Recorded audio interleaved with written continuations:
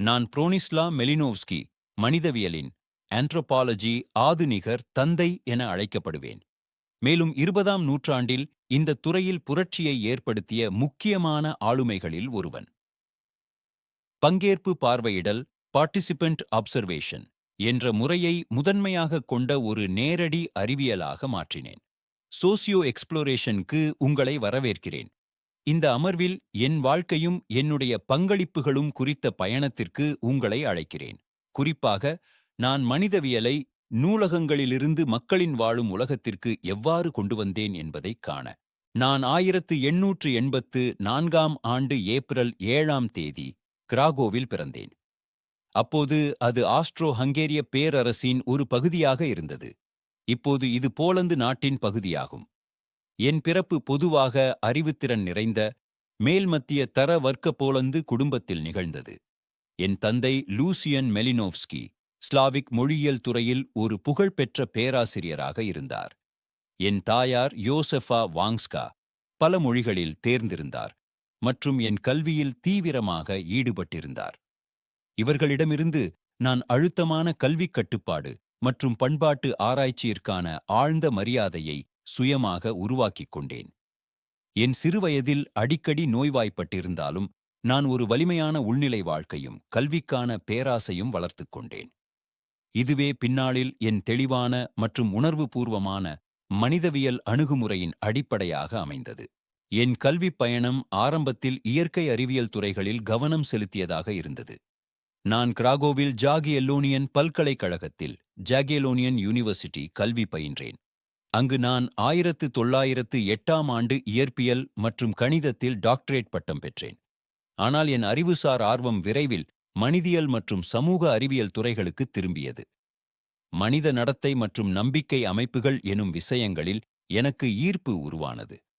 அதனால் நான் இங்கிலாந்து சென்று London School of Economics LSE இல் சேர்ந்தேன். அங்கே C.G. செலிக்மேன் என்பவரின் வழிகாட்டலிலும் ஜேம்ஸ் பிரேசர் போன்ற சிந்தனையாளர்களின் பாதிப்பிலும் நான் எனது உண்மையான ஒலிக்குரலை மனிதவியலில் ஆந்த்ரோபாலஜி கண்டுபிடித்தேன். மிக விரைவில் நான் உணர்ந்தேன், மனிதவியல் என்பது நாற்காலியில் அமர்ந்து யூகிப்பதிலிருந்து வெளியே வந்து நேரடி புல ஆய்வை ஃபீல்ட் பேஸ்டு ரிசர்ச் அடிப்படையாக கொண்டிருக்க வேண்டும் என்பதை கூறும் ஒரு துறையாக வேண்டும். 1919ஆம் ஆண்டு நான் எல்ச்சி மாசன் என்பவரை திருமணம் செய்து கொண்டேன். அவர் ஒரு ஆஸ்திரேலிய எழுத்தாளரும் புகைப்படக்காரருமானவர். நான் அவரை பசிபிக் பகுதியில் என் பயணங்களின் போது சந்தித்தேன். நாங்கள் இணைந்து ஒரு மகளை பெற்றோம். எல்ச்சி எனது பல பயணங்களிலும் புல ஆய்வுகளிலும் எனக்கு துணையாக இருந்தார். நீண்ட கால ஆய்வுகளின் தனிமையான அழுத்தங்களை சமநிலைப்படுத்த அவரது ஆதரவு மிகவும் முக்கியமாக இருந்தது. துரதிருஷ்டவசமாக அவருடைய நலம் பின்னோக்கி மாறி 1935ஆம் ஆண்டு அவர் மறைந்தார். அது எனக்கு ஒரு ஆழமான தனிப்பட்ட இழப்பு ஆக இருந்தது. நான் மனிதவியலில் ஆந்த்ரோபாலஜி நவீன புல ஆய்வு முறையின் தந்தை என பரவலாக அறியப்படுகிறேன். என் புரட்சிகரமான நடைமுறை பங்கேற்பு பார்வையிடல் பார்ட்டிசிபென்ட் அப்சர்வேஷன், நான் ஆய்வு செய்த மக்களுடன் வாழ்வதை, அவர்களின் மொழியை கற்றறிவதை, அவர்களது தினசரி வாழ்க்கையை பார்வையிடுவதையும் அவர்களது மரபுகள் மற்றும் சமூக நிகழ்வுகளில் நேரடியாக பங்கேற்பதையும் உள்ளடக்கியது.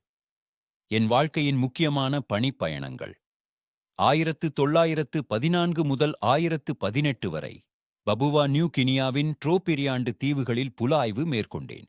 இங்கு நான் என்னுடைய புகழ்பெற்ற ஆய்வுகளை செய்தேன்.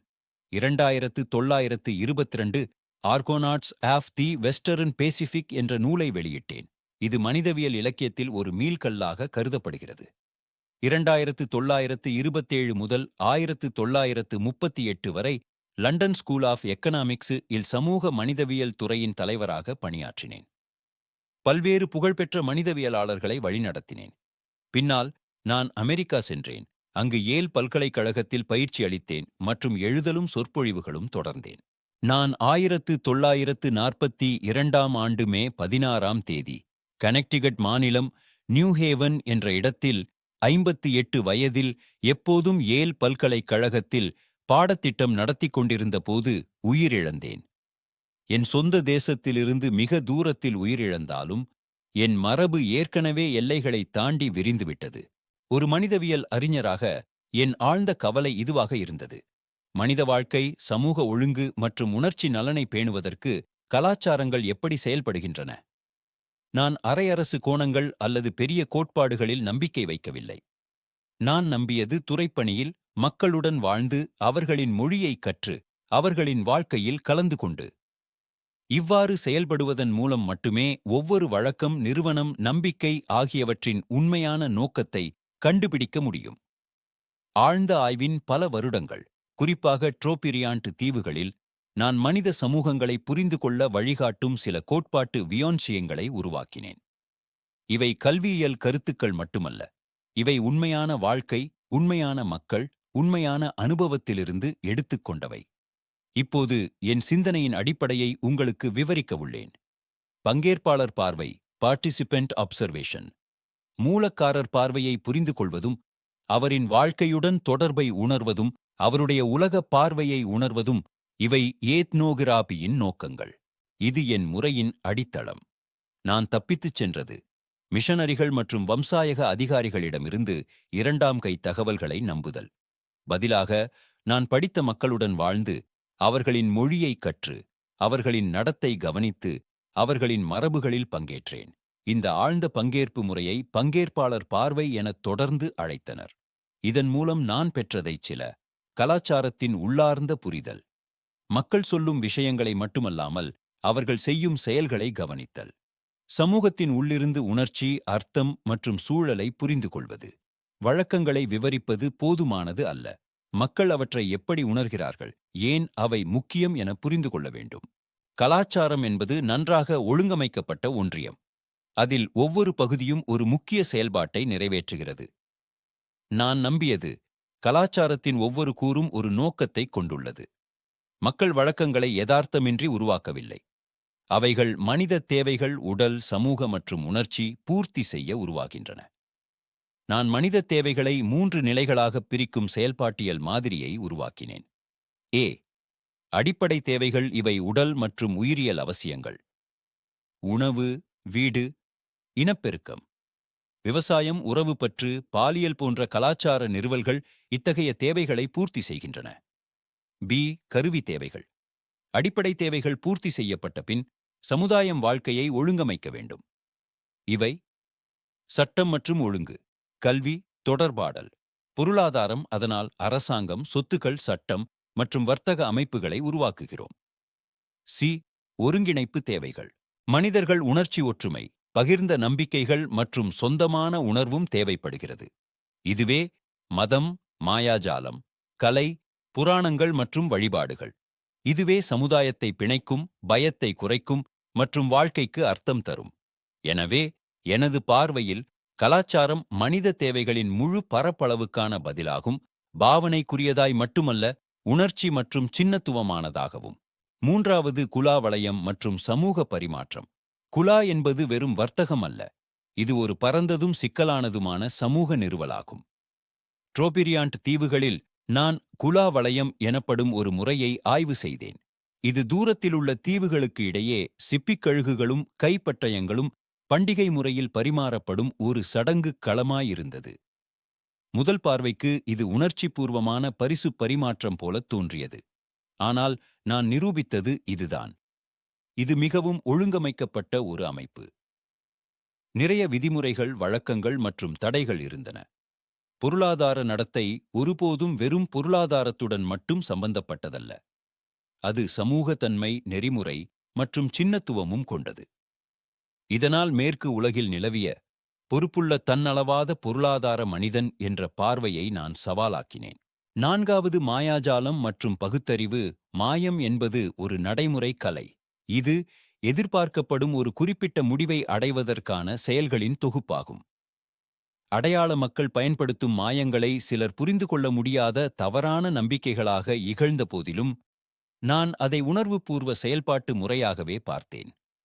உதாரணமாக, ட்ரோபிரியாண்ட் சமுதாயத்தில் கடற்கரையின் அருகில் பாதுகாப்பான மீன்பிடிக்கும்போது மாயம் பயன்படுத்தப்படவில்லை. ஆனால் விரிந்த கடலில் அபாயகரமான மீன்பிடிக்கும்போது மாய சடங்குகள் நடத்தப்படுகின்றன. ஏன்? ஏனெனில் மாயம் பயத்தை குறைக்கும், தன்னம்பிக்கையை வளர்க்கும் மற்றும் அனிச்சயமான சூழ்நிலைகளில் மன நிம்மதியை தரும். எனவே மாயம் என்பது பகுத்தறிவற்றது அல்ல. அது உணர்ச்சி அழுத்தத்திற்கு எதிரான ஒரு பகுத்தறிவு அடிப்படையிலான பதிலாகும். நாம் இன்றும் ஜெபம், சடங்குகள் அல்லது அதிர்ஷ்ட சின்னங்களை பயன்படுத்துவது போல். ஐந்தாவது, ஒரு ஒருங்கிணைந்த ஒருமைப்படியாக கலாச்சாரம். ஒவ்வொரு பழமையான சமூகத்திலும் நிறுவனங்கள், பழக்கங்கள், யோசனைகள் மற்றும் நம்பிக்கைகள் அனைத்தும் ஒற்றுமையுடன் பின்னப்பட்டுள்ளன. நான் கலாச்சாரத்தை தனித்தனி கூறுகளின் தொகுப்பாக அல்ல, ஆனால் ஒன்றுடன் ஒன்று தொடர்புடைய ஒருங்கிணைந்த அமைப்பாகவே பார்த்தேன். ஒவ்வொரு கூறும் மற்ற கூறுகளுடன் நெருங்கிய தொடர்பில் உள்ளது. ஒரு கூறை மாற்றினால் மற்றவை மீது அது தாக்கம் ஏற்படுத்தும். உதாரணங்களுக்கு, உறவுமுறை விதிகள் வாரிசு உரிமை மற்றும் திருமண முறையை பாதிக்கின்றன. மத நம்பிக்கைகள் சட்டம் மற்றும் அரசியல் தலைமையை வடிவமைக்கின்றன. பொருளாதாரச் செயல்கள் சடங்குகள் மற்றும் நெறிமுறைகளுடன் இணைந்துள்ளன. இந்த முழுமையான பார்வை மனிதவியலியல் கோட்பாட்டின் அடித்தளக் கரையாகவும் பின்னாளில் சமூகவியல் துறையில் உருவான முறையியல் சிந்தனையின் சிஸ்டம்ஸ் திங்கிங் தூண்டியாகவும் அமைந்தது. மனிதவியலியல் எனக்கு அது ஒரே நேரத்தில் ஒரு அறிவியல் மற்றும் மனித நேயம் சார்ந்த முயற்சியாகும். ஒவ்வொரு சமூகத்தையும் குறை கூறாமல் அதன் உள்ளார்ந்த தர்க்கத்தை புரிந்து கொள்ளவே என் நோக்கம். மனிதவியலியலுக்கு தேவையானது ஊகிப்பாடுகள் அல்ல, உறுதியான அறிவு, தீர்ப்புகள் அல்ல, புரிதலாக இருக்க வேண்டும். கலாச்சாரம் எப்படி தேவைகளை பூர்த்தி செய்கிறது, பயங்களை மேலாண்மை செய்கிறது மற்றும் வாழ்க்கைக்கு அர்த்தமளிக்கிறது என்பதை ஆராய்வதன் மூலம் மனித வாழ்க்கையின் அடிப்படை ஒற்றுமையை, மேல்மட்ட வேறுபாடுகளை கடந்தும் நான் வெளிக்கொணர விரும்பினேன். இங்கே புத்தகங்களின் தலைப்புகளை அப்படியே வைத்துள்ளேன். அதைத் தவிர உள்ள அனைத்து ஆங்கில உரைகளையும் தமிழில் மொழிபெயர்த்திருக்கிறேன். 1. ஆர்கோனாட்ஸ் ஆஃப் தி வெஸ்டர்ன் பசிபிக் 1922. விதிவிலக்கானதும் பரிச்சயமற்றதும் போல் தோன்றும். உலகத்தின் கீழ் அர்த்தம், ஒழுங்கு மற்றும் தர்க்கம் கொண்ட ஒரு வாழ்க்கை உள்ளது என்பதை நான் காட்ட விரும்பினேன். இது எனது முதல் மற்றும் புகழ்பெற்ற நூல். மெலனேசியாவின் ட்ரோபிரியாண்ட் தீவுகளில் 2 ஆண்டுகள் நடைபெற்ற புல ஆய்வின் அடிப்படையில் எழுதப்பட்டது. இதில் நான் குலா வளையம் எனும் சிக்கலான சடங்குகளுடன் கூடிய சிப்பி நகை பரிமாற்ற முறையை அறிமுகப்படுத்தினேன். இது நம்பிக்கை, கௌரவம் மற்றும் கூட்டாண்மை அடிப்படையிலான ஒரு ஒழுங்கமைந்த சமூக அமைப்பாகும் எனக் காட்டினேன். இந்த நூலை புரட்சிகரமாக மாற்றியது உள்ளடக்கம் மட்டுமல்ல, பயன்படுத்திய ஆய்வு முறையும் ஆகும். இதில் நான் விரிவாக விவரித்தேன். தீவுவாசிகளின் அன்றாட வாழ்க்கை, அவர்கள் மொழி, உணர்வுகள், நகைச்சுவை மற்றும் பயங்கள், பங்கேற்பாளர் பார்வை என்ற முறையை முதன்முறையாக தெளிவாகவும் ஆதாரத்துடன் விளக்கியேன். 2ஆம் புத்தகம் சமூகத்தை நன்கு புரிந்து கொள்ள, அதன் காதல், திருமணம் மற்றும் பிள்ளை வளர்ப்பு முறைகளை புரிந்து கொள்ள வேண்டும். இந்த நூல் ட்ரோபிரியாண்ட் தீவுவாசிகளில் குடும்பம், காதல், பாலியல் மற்றும் பாலின பங்கு பற்றிய ஆய்வை கொண்டது. இது காதல், ஒரே கணவன் மனைவி வழக்கம் மற்றும் ஒழுக்கம் பற்றிய மேற்கத்திய எதிர்பார்ப்புகளை கேள்விக்குள்ளாக்கியது. குழந்தைகளை வளர்ப்பது முக்கியமானதாக கருதப்பட்டது. இந்த புத்தகம் மனித வாழ்வின் நெருக்கமான பகுதிகளுக்கே கலாச்சார மதிப்புகள் உருவாகியுள்ளன என்பதையும், நாகரிகமான நிலைகள் எல்லாவற்றுக்கும் பொதுவானவை அல்ல, அவை கலாச்சாரவாதமானவை என்பதையும் விளக்கியது. 3ஆம் காரல் கார்டன்ஸ் அண்ட் தேர் மேஜிக் 1935. ஒரு தோட்டக்காரருக்கு மண் என்பது சாகுபடி செய்ய வேண்டிய வெறும் பூமி அல்ல, அது புனிதமான ஒன்றாகும், கை மற்றும் ஆன்மாவால் வேலை செய்யப்படும் ஒன்று. இது 2 தொகுதிகளாக வெளியான மிக விரிவான மற்றும் தொழில்நுட்பமான ஆய்வு நூல்களில் ஒன்றாகும். இதில் ஆய்வு செய்யப்பட்டவை ட்ரோபிரியாண்ட் தீவுகளின் வேளாண்மை தோட்டக்கலைக்காக பயன்படுத்தப்படும் மாய உச்சாடனங்கள், இயற்கை, சடங்கு மற்றும் அறிவு ஆகியவற்றுக்கிடையேயான ஆழமான தொடர்பு நான் எடுத்துக்காட்டியது. தீவுவாசிகள் வெறும் விவசாயம் செய்யவில்லை, அவர்கள் மண்ணுடன் பாடினர், மூதாதையரின் ஆவிகளை அழைத்தனர் மற்றும் தோட்டக்கலையை பிரபஞ்ச கடமையாக கண்டனர். இதன் மூலம் நான் வலியுறுத்தியது, முதுநில மனிதர்கள் என்றழைக்கப்படுபவர்கள் கூட ஆழமான சுற்றுச்சூழல் அறிவையும் சின்னம், நம்பிக்கை மற்றும் சடங்குகளால் இணைக்கப்பட்ட முறைகளையும் கொண்டிருந்தனர். 4ஆம் மைத்தின் பிரைமிட்டிவ் பாலஜி 2026. மூலக்கார மக்களின் எண்ணத்தில் புராணம் என்பது கற்பனை அல்ல, அது நடத்தையின் அங்கீகாரம், வாழும் உண்மை. இந்த சிறு ஆனால் தாக்கம் கொண்ட நூல் பழங்குடி சமூகங்களில் புராணங்கள் எப்படி செயல்படுகின்றன என்பதை கூறுகிறது. இது வெறும் கதை போல் அல்ல, ஆனால் சமூக அதிகாரத்தின் ஆதாரமாக செயல்படுகிறது. ட்ரோபிரியாண்ட் தீவுகளில் புராணங்கள் சட்டங்களையும் பழக்கங்களையும் நியாயப்படுத்துவதற்கு பயன்படுத்தப்படின இனங்களின் தோற்றம் மற்றும் நில உரிமைகளை விளக்குவதற்கு சமூக உறவுகளை ஒழுங்கமைக்க நான் வலியுறுத்தியது. புராணங்கள் என்பது சமூக ஒழுங்கை நிலைநாட்ட பயன்படும் செயல்பாட்டு கருவிகள். இன்றைய சமுதாயங்களில் சட்ட ஆவணங்கள் அல்லது தேசிய வரலாற்று புத்தகங்கள் போலவே. 5. Crime and custom in savage society, 1926. நியாயமன்றங்கள் இல்லாமல் இருந்தாலும் சட்டம் இருக்கிறது மற்றும் மக்கள் அதை கடைப்பிடிக்கிறார்கள். இந்த நூல் பழங்குடிகள் சட்டமற்றவர்கள் என்ற மேற்கத்திய நம்பிக்கையை நேரடியாக எதிர்த்தது. இதில் நான் நிரூபித்தது நீதியும் இழப்பீடும் மற்றும் தண்டனையும் இருந்தது. வாக்குவாதங்கள், உறவு கட்டமைப்புகள், சமூக ஒப்புதல் மற்றும் பொது அவமானம் வழியாக தீர்க்கப்பட்டன. காவல்துறையோ சிறையோ இல்லாமலேயே சமூக ஒழுங்கு நிலைநிறுத்தப்பட்டது. இது சட்டம் என்பது ஒரு கலாச்சார கண்டுபிடிப்பு மற்றும் அனைத்து சமுதாயங்களும் தங்களுக்கே உரிய முறையில் மோதல்களை கையாளும் அமைப்புகளை உருவாக்குவதை வெளிக்கொணர்ந்தது. 6ஆம் அறிவியல் கலாச்சாரம் மற்றும் மற்ற பதிப்புகள். 4 பதிப்புகள் மரணத்திற்கு பின் வெளியீடு. கலாச்சாரம் என்பது ஒரு கருவி. இது மனிதர்களுக்கு உயிர் வாழவும் வளரவும் உதவுகிறது. இது என் இறுதி கோட்பாட்டு விளக்கமாகும். நான் இறந்த பின் வெளியிடப்பட்டது. இதில் நான் மனிதவியலியலை ஒரு அறிவியல் அடிப்படையிலான கலாச்சார ஆய்வாக உருவாக்க வேண்டும் என்பதை கூறினேன். அதற்கு தேவையான 3 அடிப்படைகள். ஒவ்வொரு கலாச்சாரமும் ஒரு ஒழுங்கமைக்கப்பட்ட அமைப்பாகும். அது பொதுவான மனித தேவைகளால் வடிவமைக்கப்பட்டாலும் ஒவ்வொன்றும் தனித்துவமான சூழலில் தனித்துவமாகவே உருவாகின்றன. இந்த நூல் என் முந்தைய அனைத்து எழுத்துகளுக்கும் ஒரு முற்றுப்புள்ளி ஆகும். இவை அனைத்தும் எனது நோக்கத்தை பிரதிபலிக்கின்றன. மனித வாழ்க்கையின் உள்ளார்ந்த அர்த்தங்களை வெளிப்புற மதிப்பீடுகளின்றி அதன் சொந்த தர்க்கத்துடன் புரிந்து கொள்வதே மனிதவியலியலின் உண்மையான பணியாக இருக்க வேண்டும். நான் எப்போதும் வலியுறுத்தியது என்னவெனில், ஒரு எத்னோகிராபரின் பணி வெறும் கவனிப்பு அல்ல, மக்களின் அனுபவத்தை புரிதலாக மாற்றுவதும் ஆகும். என் வெளியீடுகளின் வாயிலாக நான் மக்களுக்கு தகவல் வழங்குவதற்கே அல்ல, மாறாக மற்றவர்களை நாம் தான் எப்படி பார்க்கிறோம் என்பதை மாற்ற முயன்றேன். மாயத்தில் தர்க்கத்தை, புராணத்தில் ஒழுங்கை மற்றும் ஒவ்வொரு கலாச்சாரத்திலும் மனித நேயம் காணும் பார்வையை உருவாக்க. மேலும் பல சமூகவியல் ஆய்வுகளை அறிய லைக் செய்யுங்கள், சப்ஸ்கிரைப் செய்யுங்கள், பெல் ஐகானை அழுத்த மறந்துவிடாதீர்கள். Dziękuję, aj miłego dnia.